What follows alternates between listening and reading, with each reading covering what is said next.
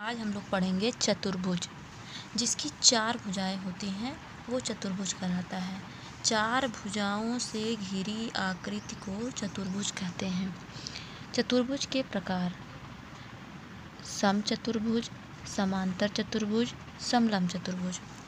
समचतुर्भुज जिसकी चारों भुजाएं जो हैं वो बराबर होती हैं। ये भी बराबर, इसके, ये इसके, यानी ए ए ए ए ए भी वर्ग की तरह ही होता है। वर्ग के 2 शीर्ष को अगर खींच दिया जाए तो समचतुर्भुज बन जाता है।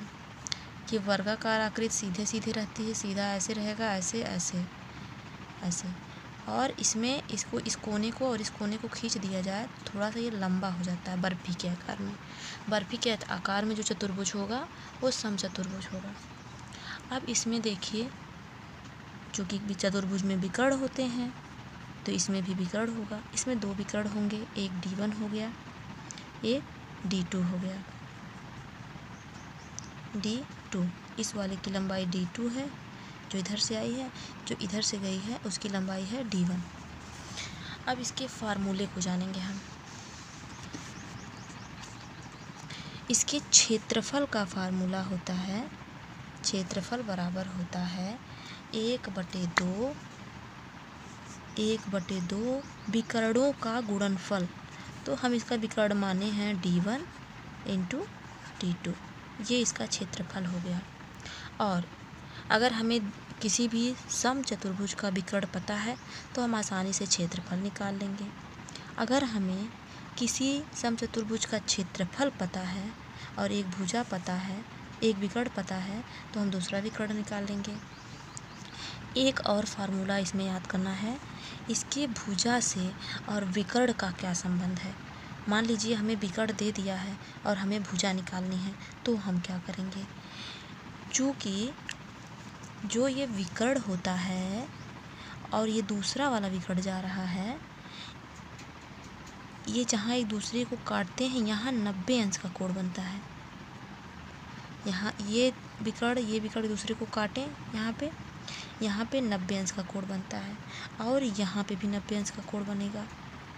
जब ये 90 अंश का कोण बनेगा तो इस हिसाब से हमारा ये कर्ण बन जाता है और ये आधार, ये लंब, एक ये D1/2 है, ये D2/2 है। यहाँ से हम सॉल्व जब करते हैं तो हमें एक फार्मूला निकलता है 4a² = a माने इसका 4a² = D1² + D2²। ये 2 फार्मूले हमें रट लेने हैं, याद कर लेने हैं। हमें समचतुर्भुज के क्वेश्चन में लगाने होंगे। एक क्वेश्चन है, किसी समचतुर्भुज के विकर्णों की लंबाई 24 और 10 सेंटीमीटर है, इसका क्षेत्रफल बताएं।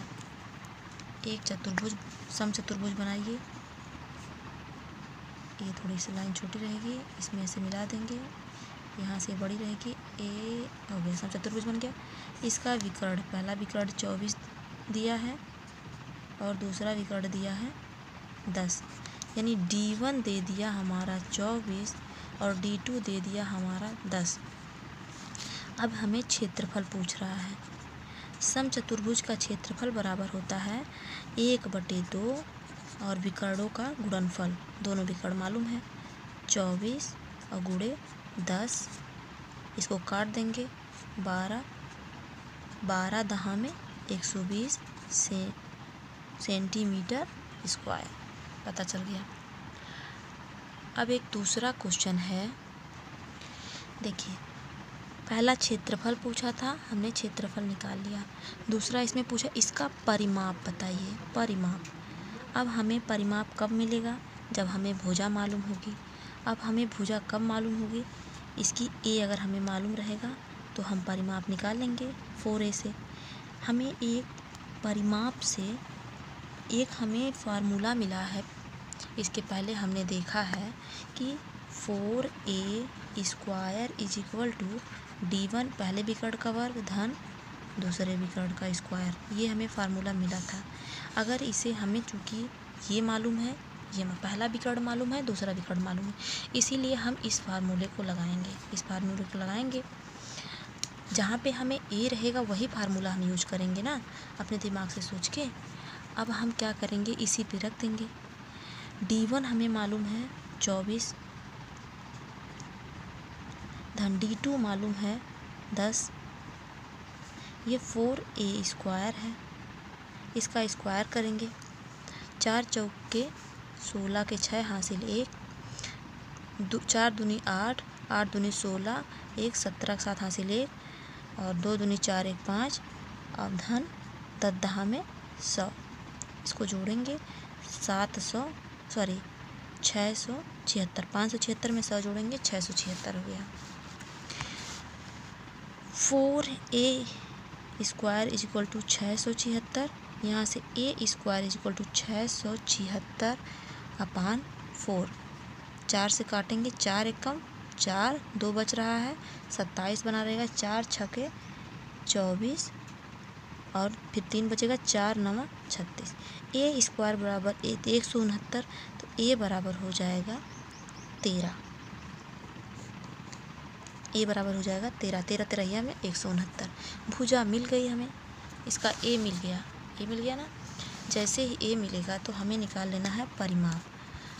परिमाप माने हो गया 4A, परिमाप माने हो गया 4A। यहाँ पे रखिए 4 × 13 यानी 13, 13 चौके 52 सेंटीमीटर। परिमाप में स्क्वायर नहीं लगेगा, सिर्फ सेंटीमीटर, क्षेत्रफल में स्क्वायर लगेगा। एक समचतुर्भुज का क्षेत्रफल दिया है 144 वर्ग सेंटीमीटर। इसके एक विकर्ण की लंबाई 18 सेंटीमीटर है, दूसरे विकर्ण की लंबाई कितनी होगी?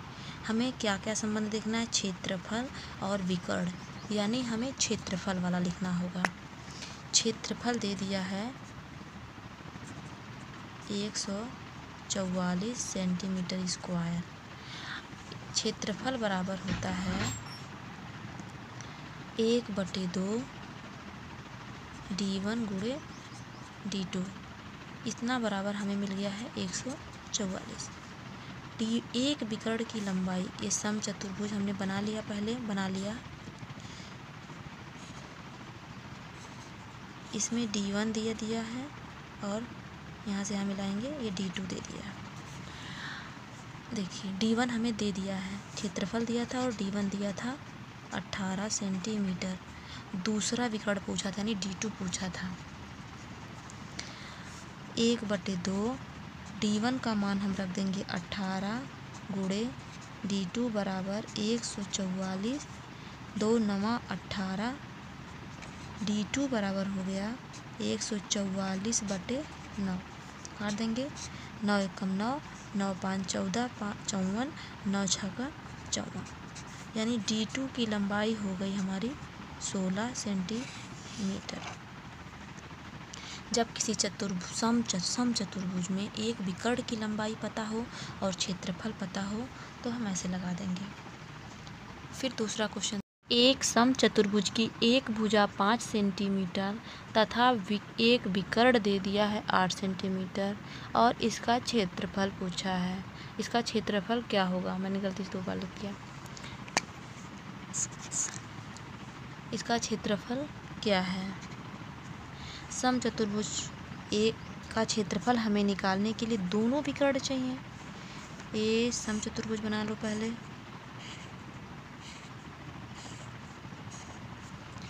हमें दोनों विकर्ण चाहिए, बट हमें ए दे दिया है 5 सेंटीमीटर, यानी ए दे दिया है 5 सेंटीमीटर और D1 दे दिया है 8 सेंटीमीटर। लेकिन हमें दूसरा वाला विकर्ण चाहिए, तभी क्षेत्रफल निकलेगा। अब दूसरा विकर्ण हमें सिर्फ इन्हीं दोनों से निकालना है। अब हमें एक फार्मूला पता ही है पहले से कि 4A स्क्वायर बराबर D1 स्क्वायर धन D2 स्क्वायर। ये फार्मूला हमने 2 ही फार्मूला पढ़ा था, ये दूसरा वाला फार्मूला है। अब यहाँ से हमको इसमें 2 चीज़ें हमें मालूम है, तीसरा निकालना है। रख दें 4 ए की जगह 5 का वर्ग बराबर D1 बराबर 8 का वर्ग धन D2 का मान हमें निकालना है ये स्क्वायर। 4 गुणे 25, 5 पच्चे 25 बराबर 8 अट्ठे 64 धन D1 स्क्वायर। 25 चौके 100 बराबर 64 माइनस D1 स्क्वायर प्लस अब यहाँ से हम D2 यहाँ पे लिखते जाएंगे, भूल गए। गिनती को एक साइड कर दें, अक्षर को रहने दें। 100 माइनस 64 बराबर D2 स्क्वायर। 100 से यहाँ घटाएंगे तो आ जाएगा 36 बराबर D2 स्क्वायर। और स्क्वायर है तो यहाँ पे करड़ी में बन जाएगा बराबर D2, यानी D2 बराबर आ गया 6। हमें D1 पहले से पता है, D2 अभी पता चल गया। हमको निकालना है क्षेत्रफल। समचतुर्भुज का क्षेत्रफल बराबर होता है 1/2 D1 गुणे D2। यहाँ पे 1/2 D1 हमें पता है 8, D2 मालूम है 6, 2 से काट दिया, 2 चौके 8 और 6 चौके 24 सेंटीमीटर स्क्वायर। ये हमारा हो गया आंसर। एक नया क्वेश्चन देखते हैं। एक समचतुर्भुज का परिमाप तथा इसका छोटा विकर्ण 10 सेंटीमीटर है। एक समचतुर्भुज का परिमाप हमें दे दिया। परिमाप इसे लिखेंगे, अच्छा रहेगा। परिमाप दे दिया 52, यानी 4A दे दिया है 52।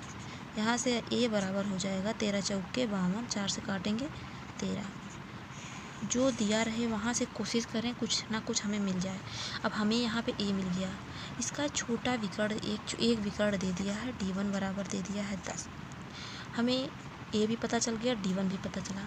हमें D2 निकालना है। अब हम फार्मूला लगाएंगे 4A स्क्वायर बराबर D1 स्क्वायर धन D2 स्क्वायर।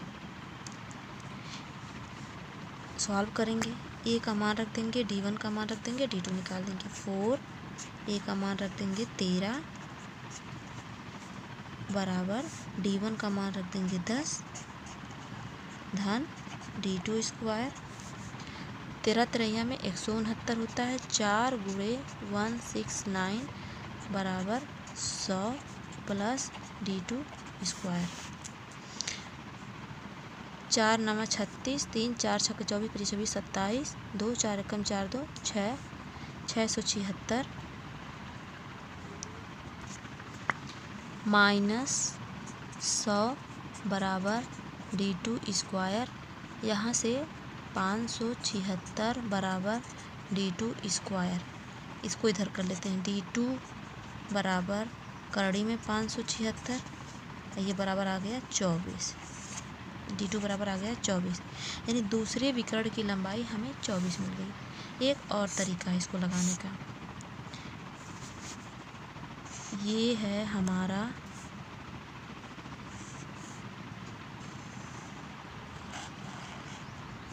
समचतुर्भुज है। इसके एक विकर्ण की लंबाई दिया है 10 और दूसरे विकर्ण की लंबाई हमें पूछा है। ये छोटे विकर्ण की लंबाई दिया है, यानी ये यहाँ तक की दूरी जब 10 है तो बताओ यहाँ से यहाँ तक कितनी होगी?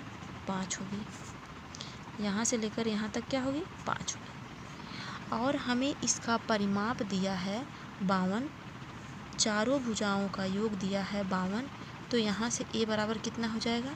13। अब हमने बताया कि जहाँ पे ये लोग काटते हैं वहाँ 90 अंश का कोण बनता है।